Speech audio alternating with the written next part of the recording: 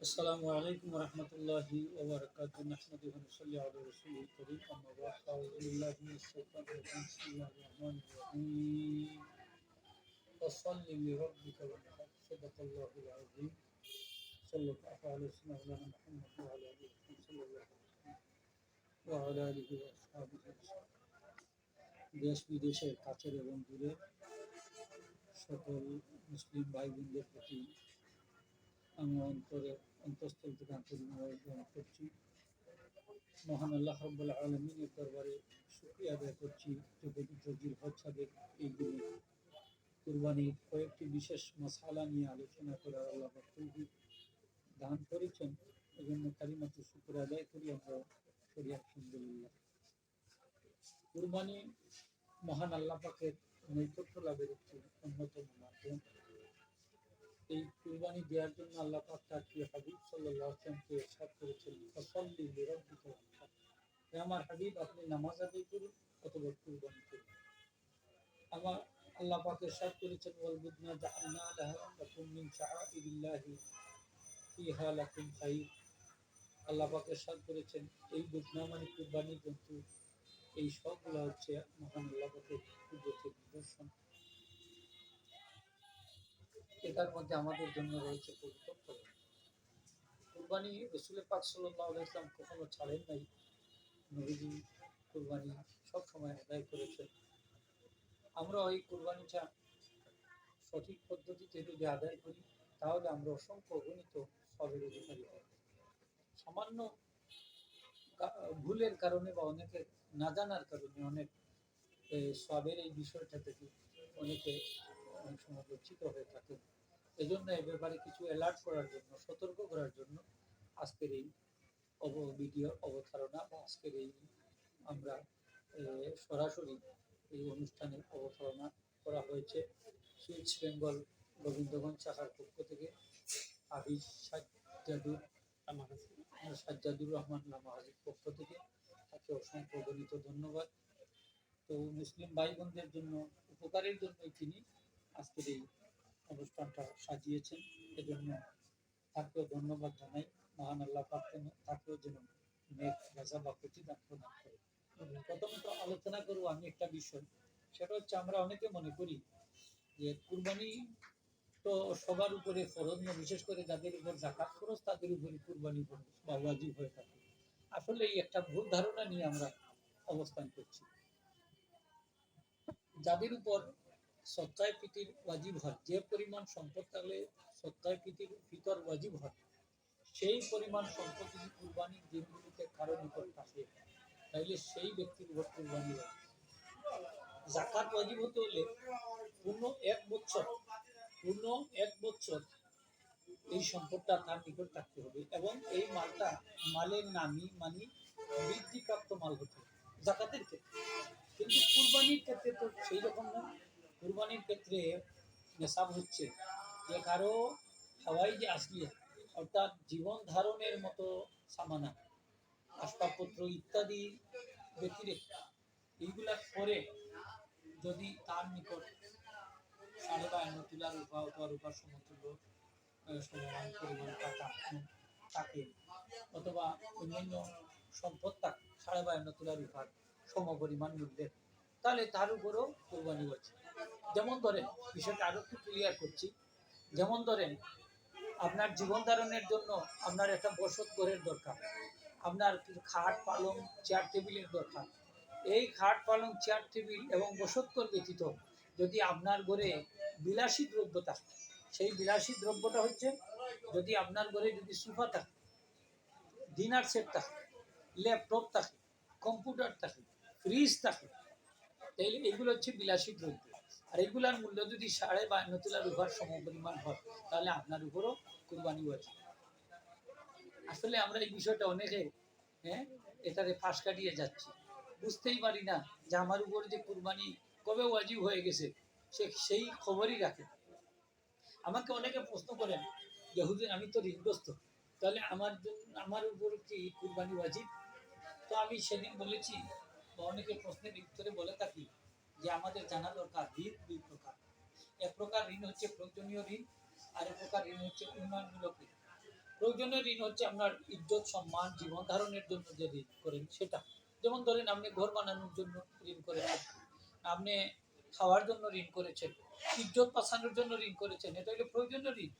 এই ধরনের ঋণ থাকলে আপনার কুরবানি ওয়াজিব হবে।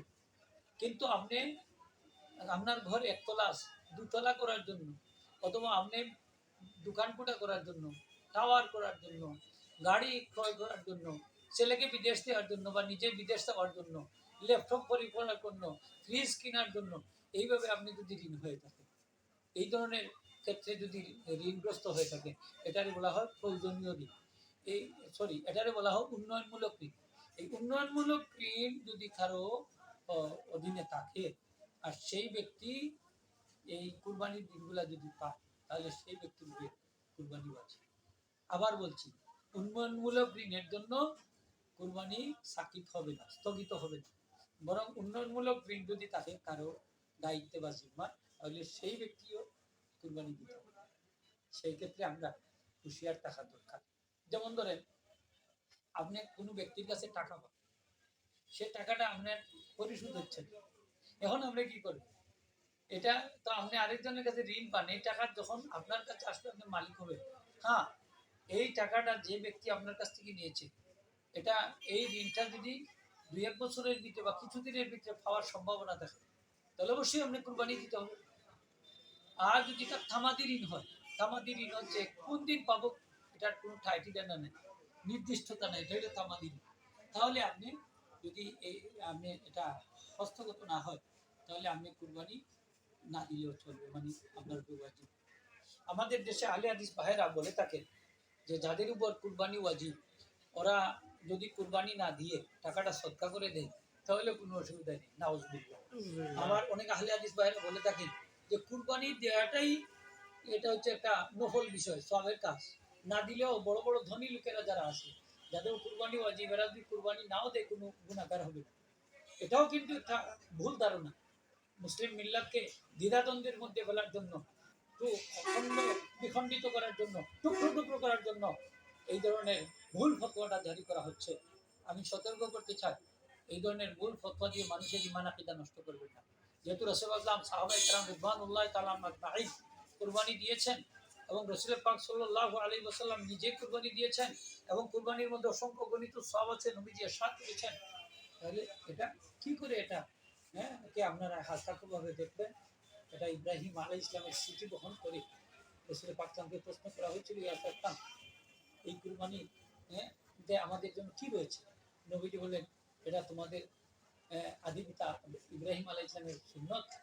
এই কুরবানির প্রতিটা পশমের বিনিময়ে আল্লাহ পাক তোমাদেরকে এক একটি নেকি দান করবেন। সুবহানাল্লাহ। কুরবানি আমরা সবাই দিব। ধনী লোকেরা যদি কুরবানি না দেয়, তাইলে শক্ত গুনাহগার হবে। কুরবানির দিনগুলিতে কুরবানি করা আল্লাহর কাছে অত্যন্ত পছন্দনীয় কাজ।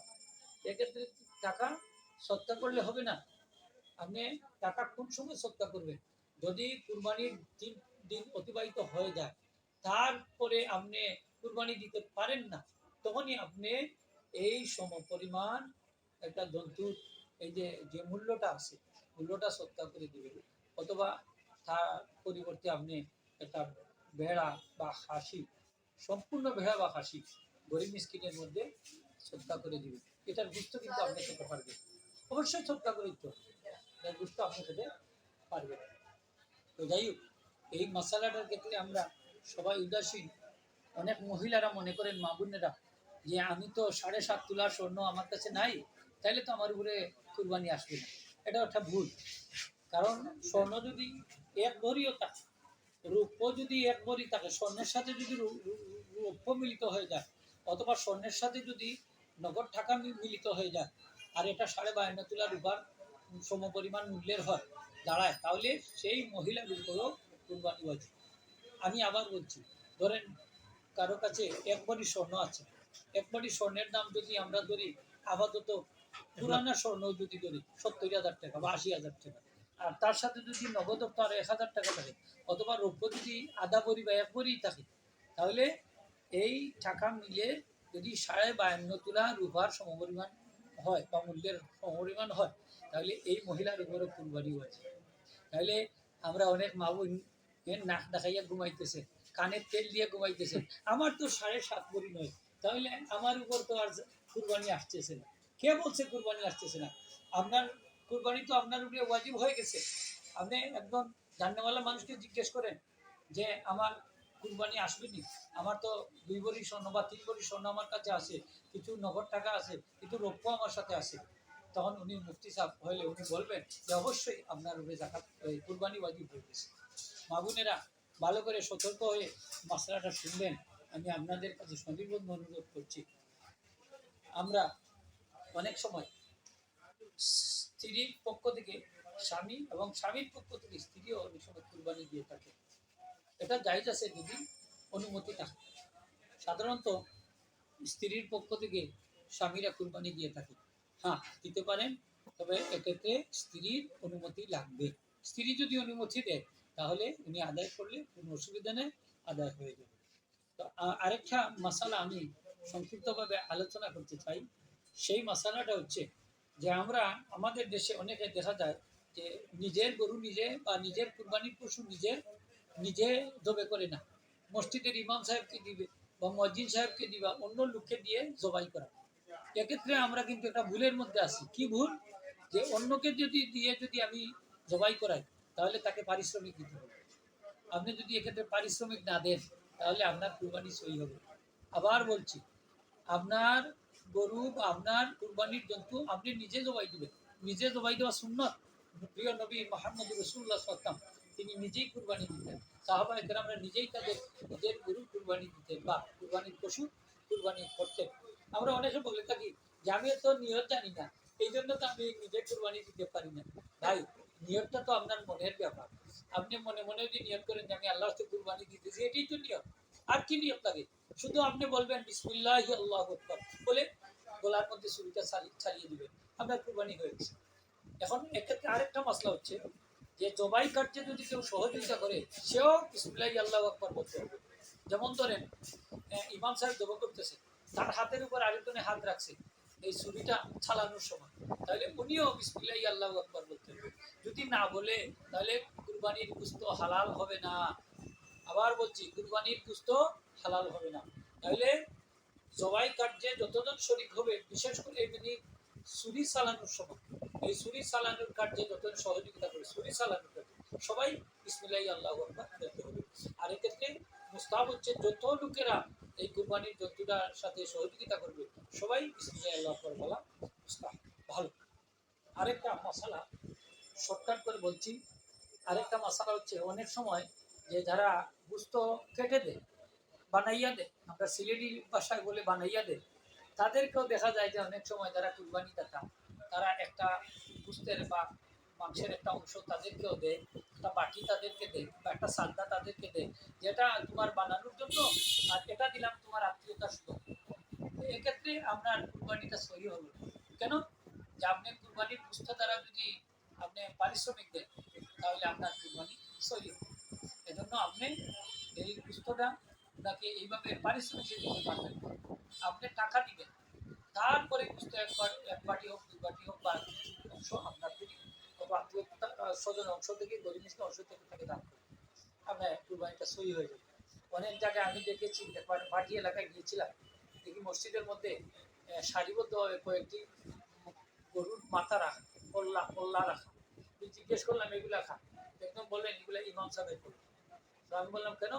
তারা বললো হুজুর আমাদের এখানে রসুম হচ্ছে যে ইমাম সাহেব যতটা গরু জবাই দিবে ততটা গরুর কল্লা বা মাথা তাকে দিতে হবে। তো আমি বললাম ওই এর থেকেই তো আসছে মোল্লার কল্লা গৃহস্থের। আসলে এই ধরনের কাজ করতে যাবেন না। ইমাম সাহেবকে আপনি কল্লা দেন অথবা ট্যাং দেন, সিনা দেন, গুর্দা দেন, কলিজা দেন, সবই দিতে পারেন, কিন্তু পারিশ্রমিক হিসেবে দিতে পারবেন, পারিশ্রমিক হিসেবে দিতে পারবেন। এটা খেয়াল রাখবেন। তার লক্ষ টাকার কুরবানি নষ্ট হয়ে যাচ্ছে সামান্য ভুলের কারণে। 4 থেকে 5,000 টাকা যদি খরচ করেন পারিশ্রমিক হিসাবে, তাহলে দেখা যায় কুরবানিটা সহি হয়ে যাচ্ছে। অথচ সামান্য টাকা বাঁচানোর জন্য আপনার লক্ষ লক্ষ টাকার কুরবানি আপনি নষ্ট করে দিচ্ছেন। আমাদের দেশে আরেকটা বদকুসুম আছে, অনেক লোকেরা বলে যে আমি তো বাজারে ক্রয় করি নাই, তাইলে আসিল দেবো কেন? ভাই, আপনি তো বাজারে কথাবার্তা সম্পাদন করেছেন, যদিও টাকা লেনদেন করেন বাড়িতে, কথাটা তো পাকাপুক্ত করেছেন আপনি বাজারে, এই জন্য আপনি আশীল দিতে হবে। আপনার এই গরির উপরে অন্যের হক হক বর্তিত হয়ে গেছে, এজন্য আপনি আশিলদারের আশীল দিতে হবে। যদি না দেয় তাহলে কোরবানি সহি হবে না। এই ভুলটা আপনারা করতে যাবেন না। মাত্র 1000, 2000, 3000 টাকা বাঁচানোর জন্য আপনার গোটা কোরবানিকে নষ্ট করে দিলেন। কেন এই কাজ করতে যাবেন? তাহলে আপনি বাড়িতে কেন প্রয়োগ করলেন না? তাহলে রাস্তায় কেন প্রয়োগ করলেন না? বাজারে কেন কথাবার্তা সম্পাদন করলেন? এটা ঠিক কম দিবে না। যাই হোক, আপনারা সামান্য টাকা বাঁচানোর জন্য এই ধরনের ভুল করতে যাবেন না। আরেকটি মাসালা, আমাকে অনেকে বলে থাকেন যে হুজুর, কুরবানির দিন তো সবচেয়ে উত্তম হচ্ছে রক্ত দেখা, এই জন্য আমরা যারা গরিব, আমরা যারা কুরবানি দিতে পারি না, তখন আমরা কি হাঁস মুরগি বা মুরগা এগুলা কি আমরা জবাই করে রক্ত দেখতে পারি? আমি বললাম যে না, হাঁস মুরগি জবাইয়ের দিন এটা নয়, এটা হচ্ছে জিয়াফতের দিন। মহান আল্লাহ পাক জিয়াফতের দাওয়াত দিয়েছেন মুসলিম উম্মাকে। এই দিনে আপনারা হাঁস মুরগি জবাই করবেন না, এটা অগ্নি পূজকদের কাজের সাথে এটা মিল হয়ে যায়। এই জন্য ফুকাহে কেরাম তথ্য দিয়েছেন কুরবানির দিন, কুরবানির নির্দিষ্ট দিনগুলিতে আপনারা হাঁস এবং মুরগি জবাই করবেন না। ওরা এটা মকরুহে তাহরিমি, যেহেতু অগ্নিপূজকদের কাজের সাথে এটা মিল হয়েছে। এই ভুলটা করতে যাবেন না। অনেকে দিনের বেলায় কুরবানি না দিয়ে রাত্রিবেলায় কুরবানি দেয়। রাত্রিবেলা কুরবানি দেওয়া মকরুহে তানজিহি, তাহরিমি না, তানজিহি। যদি রাত্রিবেলা কুরবানি দেন তাহলে মকরুর সাথে জায়েজ আছে। আর প্রথম দিন যদি কুরবানি না দিতে পারেন তাহলে দ্বিতীয় দিন দিবেন, দ্বিতীয় দিন যদি না পারেন তৃতীয় দিন দিবেন। কুরবানি কোনো মতেই এটা ছাড়া যাবে না। আপনারা এদিকে একটু সচেতন থাকবেন ইনশাআল্লাহ। এই কুরবানি আরেকটা মশালা, আমরা সাধারণত মনে করি যে আমরা সব তো এ কর্মে আছি। আমরা ভাই ধরেন, আপনারা ভাই আছেন 5 জন, এ কর্মে আছেন, আপনার পিতাও জীবিত আছে। অনেকে মনে করেন যে পিতা যদি দিয়ে দেন তাহলে আমরা ছেলেরা তো বেঁচে গেলাম। এটা কিন্তু আর একটা ভুল আমরা করতেছি। এই ছেলেরা যদি নেশাব পরিমাণ মালের পৃথক, নেশাব পরিমাণ মালের মালিক হয় পৃথকভাবে, তাহলে ছেলেদের উপরও কুরবানি আছে। ধরেন আপনার একটা ব্যবসা প্রতিষ্ঠান আছে, আপনার 5 ছেলে এই ব্যবসা প্রতিষ্ঠান পরিচালনা করছে। এই ব্যবসার মালগুলা যদি প্রত্যেকের মধ্যে বন্টন করা হয় তাহলে সবাই নেশাব পরিমাণ মালের মালিক হয়ে যায়, তাহলে প্রত্যেকের উপরে কুরবানি আছে। তখন পিতা একটা দিলে আদায় হবে না। হ্যাঁ, পিতা যদি একটা গরু কুরবানি দেন আর এই গরুর মধ্যে ছেলেদেরকেও শরীক করে নেন তাহলে আদায় হয়ে যাবে। কিন্তু ছেলেরা তো এখানে ঘুমের মধ্যে আছে যে আমাদের আব্বা তো আদায় কুরবানি দিতেছেন, তা আমরা না দিলে চলবে। কে বলছে? আপনাদের উপরে কুরবানি ওয়াজিব হয়ে গেছে, ছেলেদের উপরে কুরবানি ওয়াজিব হয়ে গেছে। সুতরাং ছেলেরাও এই ক্ষেত্রে সতর্ক থাকার দরকার। হ্যাঁ, ছেলেরাও সতর্ক থাকার দরকার। তো যাই হোক, এই মশলাটা তো আমরা অনেকে ভুল করছি। আরেকটা জিনিস আছে, সেটা হচ্ছে যার উপর কুরবানি ওয়াজিব হয়েছে, কুরবানি তো তার নাম দিবে আগে। যার উপর কুরবানি ওয়াজিব নয় তার নাম দিবে তো পরে, তার উপরে তো কুরবানি ওয়াজিব নয়। অনেক সময় দেখা যায় যার উপর কুরবানি ওয়াজিব নয় তার নাম দিয়ে দেয়, আর যার উপর কুরবানি ওয়াজিব হয়েছে তার নাম নেই। যদি এরকম হয়ে থাকে কুরবানি সহি হবে না, আরেকবার কুরবানি দিতে হবে, আরেকটা জন্তু কুরবানি দিতে হবে। আবার বুঝেন, অনেক সময় দেখা যায় যে আমরা মৃত ব্যক্তিদের নামে কুরবানি দেই, এটা জায়েজ আছে। তবে আপনার উপর তো কুরবানি ওয়াজিব হয়েছে, আপনার নামটা থাকা চাই, আপনার নামটা থাকা চাই। তারপরে আপনার পিতামাতার নাম দিবেন অথবা আত্মীয় স্বজনের নাম দিবেন, রসুলের পাক সাল্লাল্লাহু আলাইহি ওয়াসাল্লামেরও নাম দিবেন। প্রিয় নবী মুহাম্মদ নামের নাম মোবারক দিলে আপনার কুরবানির মধ্যে বরকত হবে। এই জন্য বরকতান নবীজির নাম দিতে পারে, তবে এটা দেওয়া বাধ্যতামূলক নয়। এখন 7 নামে আপনি কুরবানি দিচ্ছেন, এখন নাম নাই, সবাই বলে যে নবীজির নামটাও দিয়ে দেয় 8 নম্বরে, হইল না, হবে না। তখন একটা অংশ বাহির করতেই হবে নবীজির জন্য। একটা অংশ যদি বাহির করেন কুরবানির মধ্যে বরকত হবে। এই যে তবে দেওয়াটা বাধ্যতামূলক নয়, কিন্তু দিতে পারেন। আপনার মুর্শিদেরও নাম দিতে পারেন, যদি আপনার অতিরিক্ত অংশ থাকে তাহলে দিতে পারেন। এবং এই কুরবানির মধ্যে আরেকটা জরুরি বিষয় হলো, অনেকে বলেন যে আকিকারও নাম দেওয়া যায় কিনা, বলে হ্যাঁ, আকিকার নাম দিতে পারেন যদি অংশ থাকে। হ্যাঁ, নিজের আকিকা দিতে পারবেন কিনা না, হ্যাঁ, নিজের আকিকা দিতে পারবেন, কোনো অসুবিধা নেই। আকিকার গুস্ত কুরবানির গুস্ত বন্টন একই নিয়ম। আকিকা যিনি দিবেন উনি আকিকার গুস্ত নিজেও খেতে পারবেন, কারো কোনো অসুবিধা নেই, খেতে পারবেন। তো যাই হোক, আল্লাহ সুবহানাহু ওয়া তাআলা আমরা এই মাসালাগুলা ফলো করার, অনুসরণ করার তৌফিক দান করুন। আমরা সবাই মিলে আমি কম সময়ের ভিতরে ক্ষুদ্র পরিসরে এই মাসালাগুলো আলোচনা করলাম। বিশেষ করে আমি সাজ্জাদুর রহমান অনুরোধ করেছেন যে হুজুর এই অনেক মানুষ এই মাসালাগুলাতে মানে ব্যাপার উদাসীন ভুল করে থাকে, তাইলে যদি হুজুর একটু এই মাসালাগুলো ক্লিয়ার করে দেন হয়তো নিজেদের ফায়দা। সেই জন্য আজকে আমরা এই অনুষ্ঠান সম্পন্ন করেছি। যদি কিছুটা হলেও মুসলিম বাহিনীদের উপকারে আসে আলহামদুলিল্লাহ, আমরা নিজেদেরকে ধন্য মনে করবো। আল্লাহ সবার কুরবানিকে কবুল করুন। যেমন ইব্রাহিম খলিলুল্লাহ আসলাম কুরবানিকে কবুল করেছেন, যেমন প্রিয় নবীজি মোহাম্মদ কুরবানি করেছেন, সাহাবা একরামদের কুরবানি করেছেন, নেককার বান্দাদের কুরবানি কবুল করেছেন। আল্লাহ পাক যেন আমাদের সবার কুরবানিকে এইভাবে কবুল করেন। আমি মহান আল্লাহর দরবারে সবার সুস্বাস্থ্য নেক কামনা করে এবং বিশেষ করে পরিচালক হাবিব সাজ্জাদুর রহমানের নেক হায়াত সুস্বাস্থ্য কামনা করে আমি আমার সংক্ষিপ্ত এখানে শেষ করছি। আলহামদুলিল্লাহ রাব্বিল আলামিন। আসসালামু আলাইকুম ওয়া রাহমাতুল্লাহি ওয়া বারাকাতুহু।